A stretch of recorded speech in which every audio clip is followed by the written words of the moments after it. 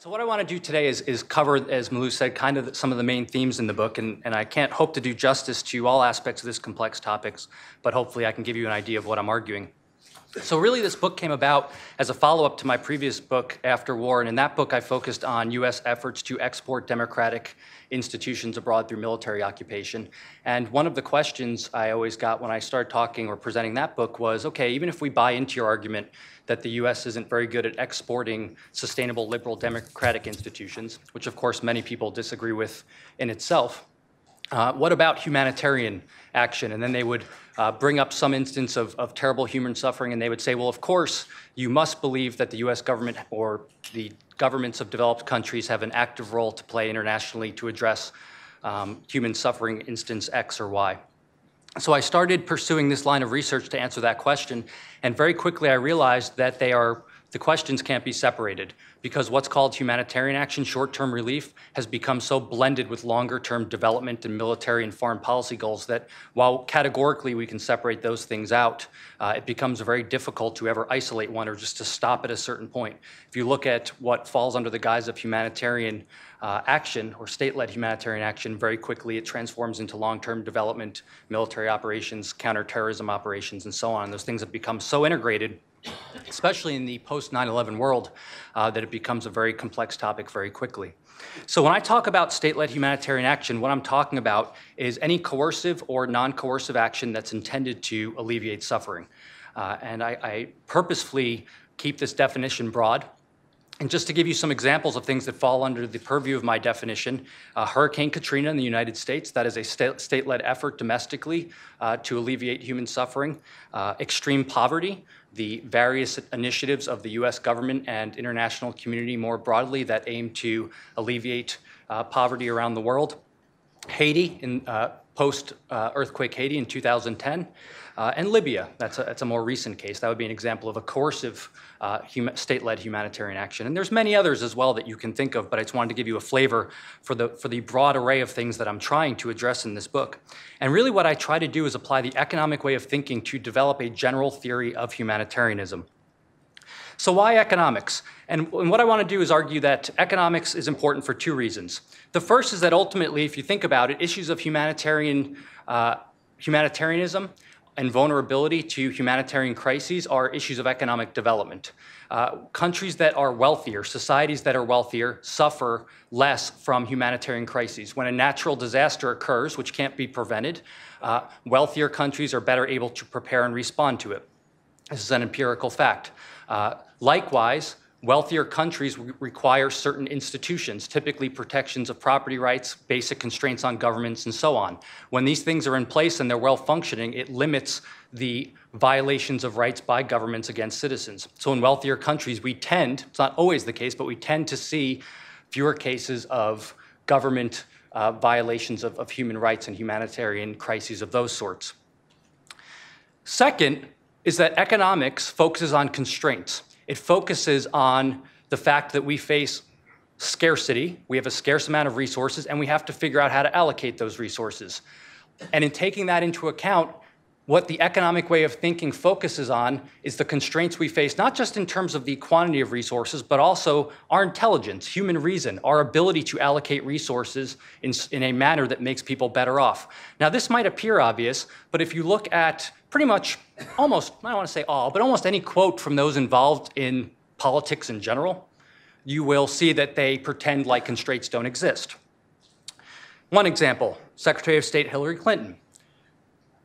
This quote, this is in front of the Council of Foreign Relations, talk she gave, we can do whatever we want if we just try hard enough. I'm sure you've all heard politicians say, we sent a man to the moon, therefore we can do X. Right? And then they insert whatever they want to accomplish there, and it's supposed to imply we can do whatever we want because we sent a man to the moon. Second, this is following the Haiti earthquake. It's ironic, but after the immense suffering, there's a silver lining. We can finally put Haiti back together the way we've intended for all these years. Again, we're not constrained in what we can do. We can literally redesign societies in a manner that makes their citizens better off, that aligns with US foreign policy goals, and so on. We have that ability. We don't face constraints in doing that. This is the mentality that underpins the humanitarian complex, the humanitarian industry, which is international in general, and encompasses not just government bureaus, but also a wide array of NGOs that are dependent on government contracts, of private contractors, and so on. So, given that, here's what I want to talk about, and here's what I attempt to do in the book. Let's just talk about constraints. What is it that governments can do in attempting to help people who are suffering? No one denies that people suffer around the world. Many of these discussions turn on moral arguments. You'll often hear people say, we ought to do or we must do something to help them, and you understand why. When all of us see images of human suffering, it's a natural human impulse to want to help people. And so we say, we must do something. Here's the issue, though. In the attempt to do something, to act quickly, it's not just that efforts might fail, have no effect. It's very possible, and oftentimes is actually the case, that efforts to help those in need generate an array of negative consequences which impose significant costs on the very people we are attempting to assist. In that instance, refraining from intervention is preferable to intervening, even if you are driven by the best of intentions. In other words, economics and the economic way of thinking cannot by itself form moral judgments. Moral judgments fall outside the purview of economics, but it can inform those judgments. Because when we take into account the relevant constraints, things that initially appear to have moral weight, we must help people who are starving. Once we take into account constraints and the reality that we face, those things may not actually have moral weight because we can't accomplish them in practice. And that's what we want to focus on. So let's talk for a moment about what the limits of humanitarian action are. Any of you who have taken a Principles of Microeconomics class probably remember something like this. Your professor talked about scarcity and then talked about the economic problem. The economic problem is, how do we allocate scarce resources to their highest valued use? That's the economic problem that we teach all our students in the first week of Principles of Microeconomics. The weird or odd part is that economists, once they leave the classroom, once they become development experts, forget that. They say, I know how to best allocate scarce resources in order to maximize their value. So let's talk for a moment about what aid can and can't do. Aid can increase outputs, predetermined outputs. This just requires spending more money on something. I can say, I would like more water. Last week I spent $1 on water and got 1 bottle. I will spend $2 this week and I get 2 bottles. I have increased the output of water. This is not shocking or surprising. Although, if you read most reports from development agencies, they refer to things like breathtaking successes and then point that out. We enrolled more kids in school, right? We built more hospitals. You can spend money on stuff and get more stuff. This is a logical consequence of spending more money on resources and building things or buying things. That is increased outputs. That is not economic development. Economic development requires utilizing scarce resources, continually reallocating them in ways that increase outputs, but outputs that people value. And here's the issue. How do you determine what people value? Well, there's a small episode, not so small actually, in the history of economic thought called the socialist calculation debate. This occurred in the late 1800s into the 1900s, and it was undertaken on the side of the defenders of capitalism by Ludwig von Mises and his student F.A. Hayek.